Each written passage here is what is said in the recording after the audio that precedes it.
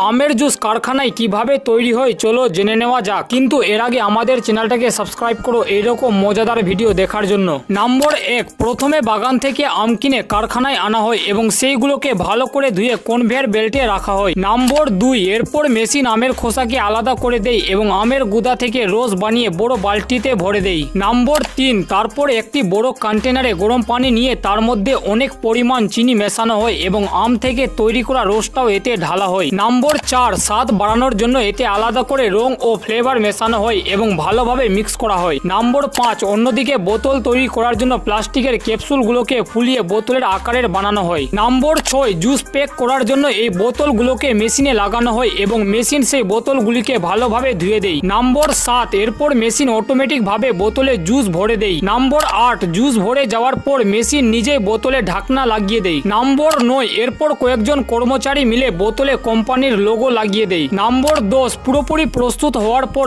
আমের জুসকে বাজারে বিক্রির জন্য পাঠানো হয়।